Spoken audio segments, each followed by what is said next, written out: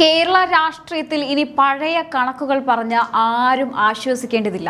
കേരളത്തിൽ BJPക്ക് എന്ത് പ്രസക്തി എന്ന് ചോദിച്ചവർക്കും സോഷ്യൽ മീഡിയയിൽ പരിഹാസങ്ങൾ ചൊരിഞ്ഞവർക്കും കൃത്യമായ മറുപടി വോട്ട് യന്ത്രത്തിലൂടെ ജനങ്ങൾ നൽകിയിരിക്കുകയാണ്.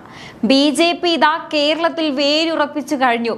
വെറും വോട്ട് വിഹിതമല്ല, മറിച്ച് ജനഹൃദയങ്ങൾ കീഴടക്കി സഭയിലേക്ക് 3 പോരാളികളെ അയച്ചുകൊണ്ടാണ് BJP ചരിത്രം തിരുത്തി കുറിച്ചിരിക്കുന്നത്.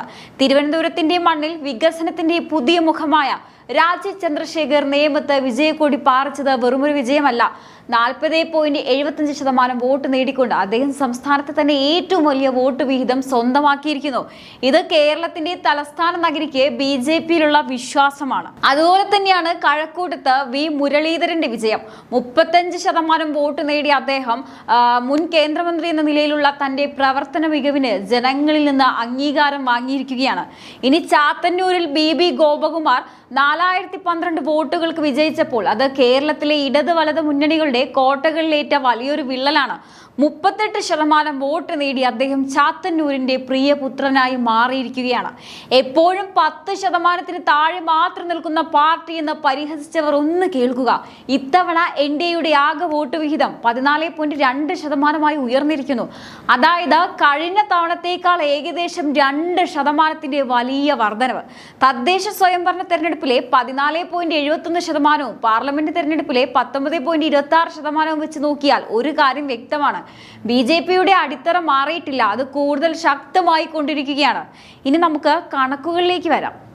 NDAയുടെ വോട്ട് വീതം 12.41% നിന്ന് 14.2% വർദ്ധിച്ചിരിക്കുന്നു. ഇതിന് കുറഞ്ഞ വർധനവെന്ന് പറഞ്ഞ് തള്ളിക്കളയുന്നവർക്ക് വിവരമില്ലെന്നേ പറയാൻ കഴിയും. കേരളം പോലെ ഇത്രയും ശക്തമായ കേഡർ സംവിധാനമുള്ള മുന്നണികൾ ഭരിക്കുന്ന ഒരു സംസ്ഥാനത്ത് ആകെ വോട്ട് വിഹിതത്തിൽ 2% വർധനവ് ഉണ്ടാക്കുക എന്നത് നിസ്സാര കാര്യമല്ല. പാർലമെന്റ് തിരഞ്ഞെടുപ്പിൽ നാം നേടിയ 19% വോട്ട് BJPയുടെ വളർച്ചയുടെ വേഗതയാണ് കാണിക്കുന്നത്. അത് നിയമസഭയിലും ഉറപ്പിച്ചു നിർത്താൻ സാധിച്ചു. സംസ്ഥാനത്തെ 20 മണ്ഡലങ്ങളിൽ BJP 20%-ൽ കൂടുതൽ വോട്ട് നേടിയെന്നത് കേവലം ഒരു കണക്കല്ല, മറിച്ച് 20 BJP നിർണായക ശക്തിയായി മാറി എന്നതിന്റെ തെളിവാണ്. മഞ്ചേശ്വരത്ത് K സുരേന്ദ്രൻ 36% വോട്ട് നേടിയത് നിസ്സാരമാണോ?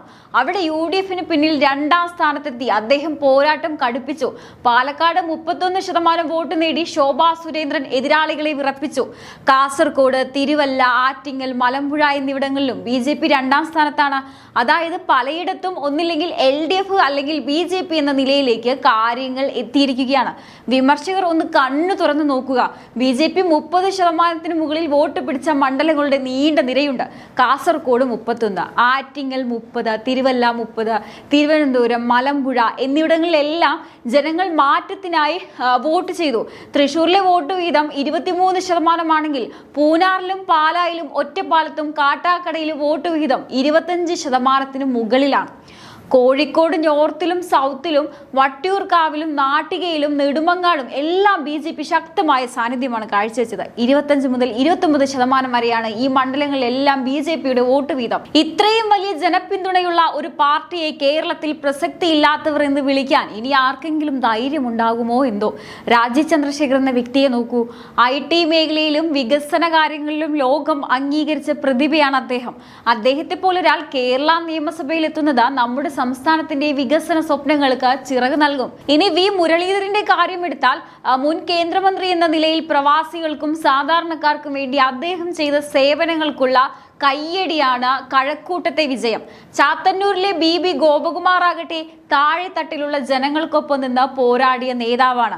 ഈ 3 പേരും നിയമസഭയിൽ ഇരിക്കുന്നത് വരും വർഷങ്ങളിൽ കേരളത്തിലെ രാഷ്ട്രീയ ചർച്ചകളുടെ ഗതി മാറ്റും. BJPയുടെ വോട്ട് കുറഞ്ഞു എന്ന് വാദിക്കുന്നവർ ഒരു കാര്യം മറന്നു പോവുകയാണ്. കേരളത്തിലെ നിയമസഭാ തിരഞ്ഞെടുപ്പുകൾ പലപ്പോഴും പ്രാദേശിക ഘടകങ്ങളെ ആശ്രയിച്ചാണ്. എന്നിട്ടും 2021-ലെ 12.41%-ൽ നിന്ന് 14.2% 2% BJP എത്തി.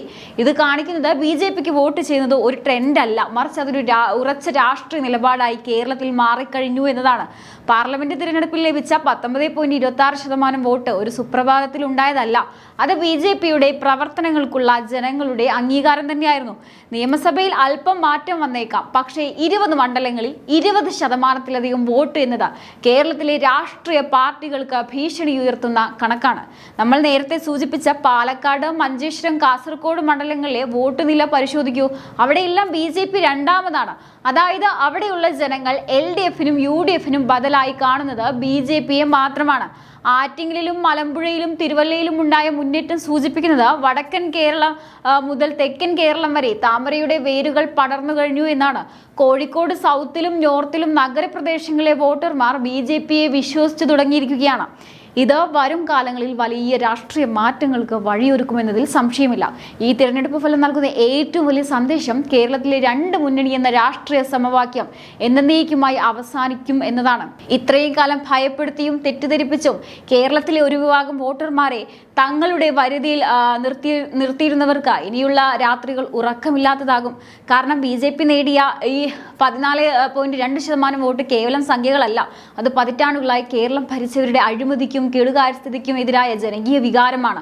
നേമത്തും ചാത്തന്നൂരിലും കഴക്കൂട്ടത്തും താമര വിരിഞ്ഞത് ആകാശത്തു നിന്നും പൊട്ടിവീണതല്ല, മറിച്ച് കൃത്യമായ വികസന അജണ്ടയുമായി ജനങ്ങൾക്കിടയിൽ പ്രവർത്തിച്ചതിന്റെ ഫലമാണ്. BJPക്ക് വോട്ട് കുറഞ്ഞു എന്ന് പറയുന്നവർ ഒരു കാര്യം സൗകര്യപൂർവ്വം മറക്കുകയാണ്. ഓരോ തിരഞ്ഞെടുപ്പിലും വോട്ട് വിഹിതത്തിൽ സ്ഥിരത പുലർത്തുന്ന ഏക പ്രസ്ഥാനം ഇന്ന് NDA ആണ്.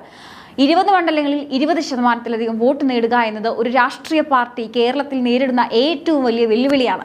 അത് BJP മറികടന്നു കഴിഞ്ഞു. ഇവിടുത്തെ പ്രധാന രാഷ്ട്രീയ കക്ഷികൾ വോട്ട് കച്ചവടം നടത്തിയിട്ടും വോട്ടുകൾ മറച്ചിട്ടും BJPയുടെ കരുത്ത് ചോർത്താൻ അവർക്കായില്ല. പകരം ഓരോ വോട്ടും കൃത്യമായി എണ്ണി വാങ്ങാൻ BJP കരുത്തുറ്റ സാന്നിധ്യമായി മാറി. പാലക്കാടും മഞ്ചേശ്വരത്തും വട്ടിയൂർക്കാവിലും തിരുവനന്തപുരത്തും വോട്ട് നിലയിലുണ്ടായ ഈ കുതിപ്പ് സൂചിപ്പിക്കുന്നത് കേരളത്തിന്റെ സാംസ്കാരിക കേന്ദ്രങ്ങൾ ഇപ്പോൾ മാറ്റത്തിന് തയ്യാറായി കഴിഞ്ഞു എന്നാണ്. എന്തായാലും ഈ ഒരു വിഷയത്തെക്കുറിച്ചുള്ള നിങ്ങളുടെ അഭിപ്രായങ്ങൾ തീർച്ചയായിട്ടും കമന്റ് ബോക്സിൽ രേഖപ്പെടുത്തുക. മറ്റൊരു വിഷയമായി വീണ്ടും കാണാം. നന്ദി.